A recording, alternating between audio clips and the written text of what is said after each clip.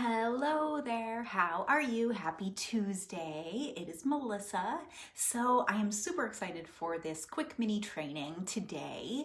So for those of you that are new, let me go ahead and introduce myself quickly.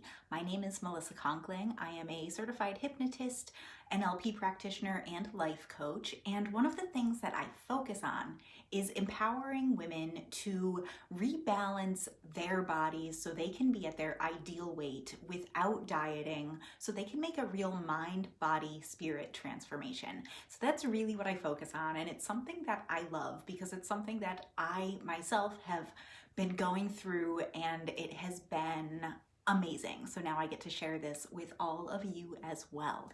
So let me just tell a little story about what kind of brought this training about today. So there's a lot of information out there about body love and body positivity and all that kind of stuff, and I am absolutely on board with that. But every now and then I see people kind of think that it has to be either you love your body or you're at your ideal weight, and it's kind of it seems like there's a battle between being able to merge the two, being able to want to lose weight and also love your body and have body positivity.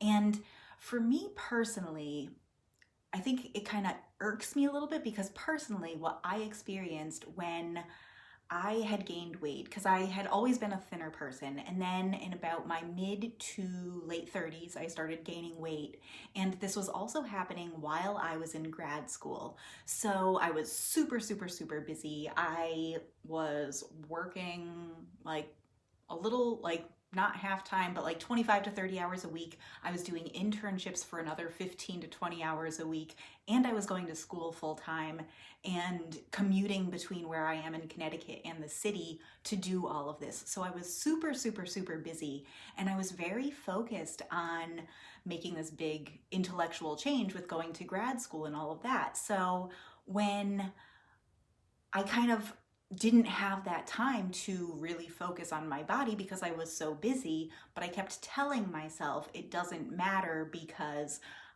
my mind is more important. My mind is more important, and I'm really focused on school right now. And yeah, that's a really good thing.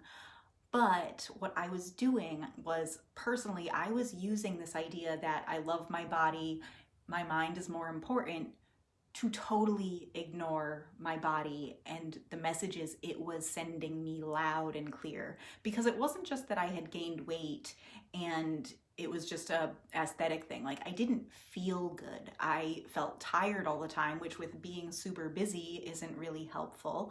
I was eating like crap. I was like having candy bars for dinner because that's what they had available at school at the time that my classes were, because the cafeterias were closed and all that kind of stuff. And if I did make it to the cafeteria before it closed, I was eating crap there anyway. It was like pizza on the train home every night, and then on the nights that I was actually home, I wasn't spending time to cook myself a healthy dinner because I was so focused on schoolwork. So I was kind of using this idea of body positivity to totally ignore my body and to not listen to it. And that's kind of why I wanted to do this little training on how to listen to your body, because for me personally, I found that when I was using this body positivity negatively, it reinforced my bad habits, which obviously, like, loving your body includes treating it well, right? Not just with words and not just with your thoughts and feelings, but also physically, how you are feeding your body, how you're nourishing your body, how you're moving your body. And because I was so focused on the my mind is more important idea, I was ignoring the physical signs that my body was sending me, like basically crying out for help. And it wasn't until about a year and a half ago, right before the pandemic began, actually, it started a little earlier than that, that I really started tuning into my body in a new way. And as a hypnotist, it's one of those things that I work on with clients, because I have a lot of clients for weight loss and had always had a lot of clients for weight loss, but I wasn't actually doing it myself. And a few things changed in the beginning of the year, and one of those was that I admitted to myself that I wasn't treating my body well. And that was step number one. And step number two is I began to believe that it was possible for me to lose that weight, because I had been so focused on the it doesn't matter and it's going to be too hard because I'm in my 40s now, and I didn't believe I would be able to lose that weight. I was letting myself believe that it was okay to treat my body like crap and to carry around this extra weight because it's just what happens when you're in your 40s. That's what I was telling myself. So once I let go of that belief and then realized and recognized and admitted to myself how I was treating my body, then the next step was really tuning in to learn how to listen to my body, and not by forcing it with different diets and crazy exercise routines, but really listening to what my body needs when it needs it. And that's something that I still do today. Like, yes, I work out because I enjoy working out and all that kind of stuff, but even that, it goes along with the listening to my body. So I'm going to get into that because I'm going to give you 3 main tips that have helped me a ton, and it's something that I do within hypnosis with all of my clients as well. So let's go ahead and dive into the training for loving your body by listening to your body. So step number 1, and this is really, really important, and this is something that people are born knowing how to do. When we are babies, we eat when we're hungry. And when we are physically hungry, we cry, we do whatever it needs to be done to make sure that we get nourished. But over time, we unlearn that instinct to eat to fuel our body. And that's through society, it's through learning learning to eat for emotional reasons, eating just because we're supposed to at certain times of the day, eating because we're bored. That is a huge one. So learning to listen to your body physically and to fuel your body, to nourish your body, not eating for emotional reasons and eating for other reasons, is huge. So step 1 in doing that is when you have that first thought to eat, especially if you've eaten recently, the first thing you need to do is actually pause. Don't just react to that thought and feed yourself. Actually pause and ask yourself, am I actually hungry right now? Like, is my stomach, my body hungry right now? And when you learn how to tune into your body, you'll get an answer. And this will take some practice, obviously, because it's something that we have unlearned over so many years. But that learning to listen to your body can make huge changes. That has probably been the biggest change for me personally, is knowing when I'm reaching for something to eat because I'm bored or just because it's lunchtime. That has been huge. So really tuning into your body and listening to it to know if you're hungry, or if there's something emotional going on, or if you just need a healthier hobby other than eating. That is huge. So that is step number 1. Let's see. Along with that, another thing with the emotional eating, when you do notice that you're having that thought to eat for emotional reasons, because a lot of people eat when they're stressed out, a lot of people eat when they're upset, a lot of people eat to celebrate, all kinds of different emotional reasons for eating. So when you notice that you're having this thought to eat something, but you're not actually physically hungry, don't just ignore that. Pay attention to those emotions and find a way to deal with them that is healthier, whether it's journaling or going for a walk to clear your head or talking it through with a friend or loved one.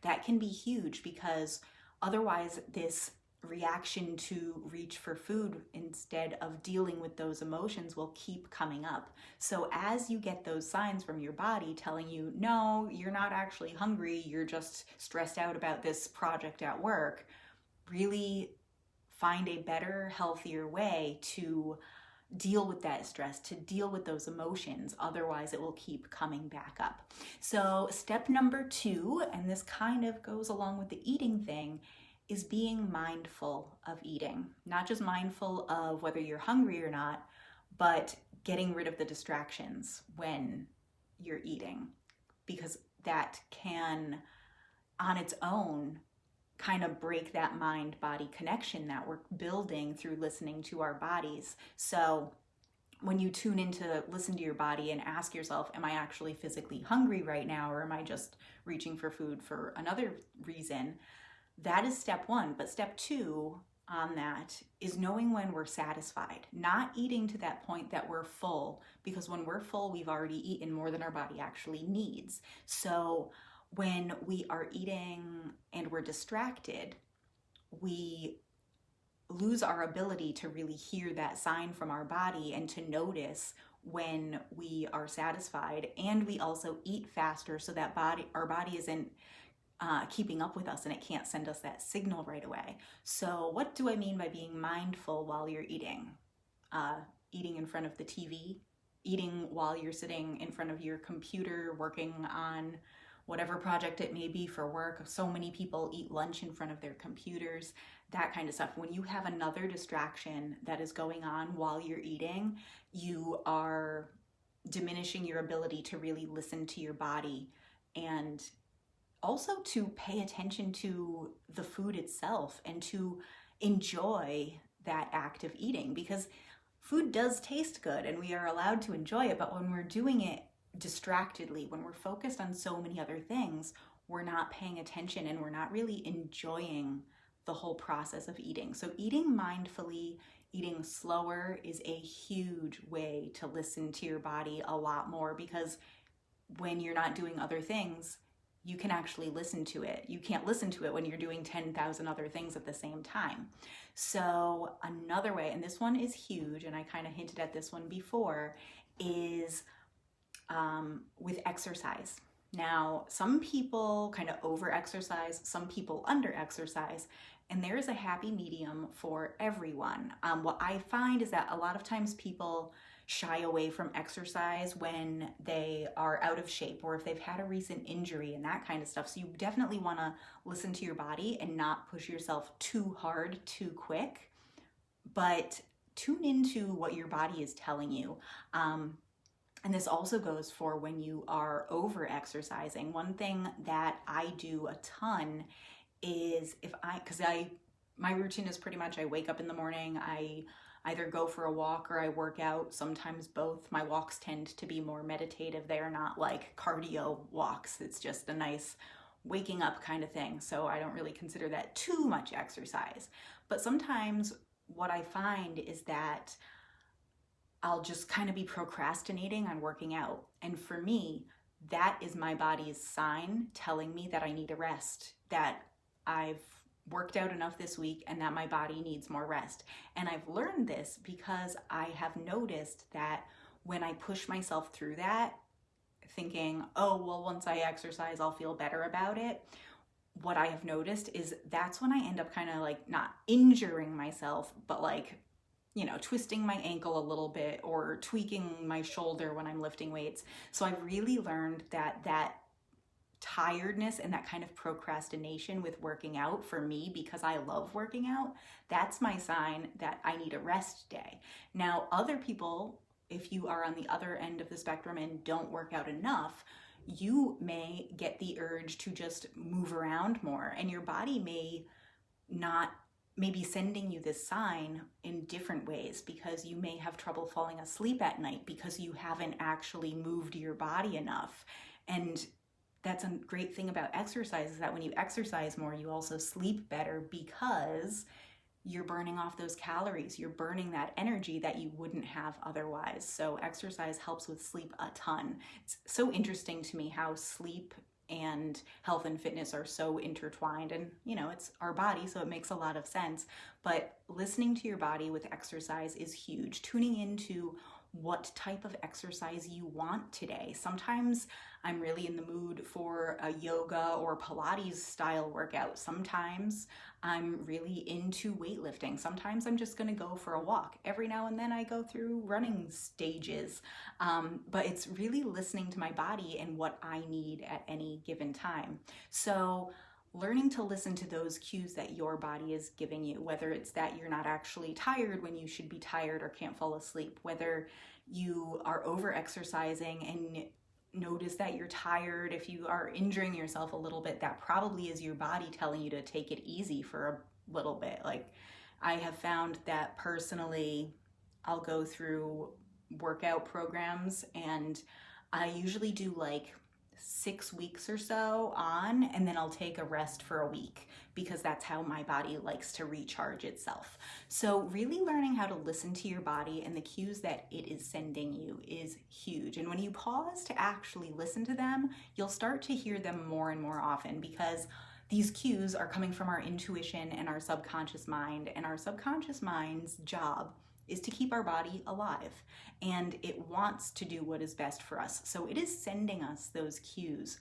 We're just not listening to them. So opening yourself up to really be able to listen to these cues can be life-changing. It is hugely important, and it's one of the things that I really focus on in this new program that I have called Empowered Transformation, which is a 6-month program that is all about making a mind, body, spirit transformation. It is not just about weight loss for the sake of weight loss. This is about really tuning into your mind, tuning into your body, tuning into your spirit to make a long-lasting lifestyle change kind of transformation. So if that is something that you are interested in, send me a message, because this program is going to be amazing. I've actually been testing it out myself now, and I'm in love with it. I'm kind of going through it ahead of everyone else, so it is awesome. And I'm at that stage where I don't necessarily need to lose any more weight, but just mentally and emotionally and spiritually, it's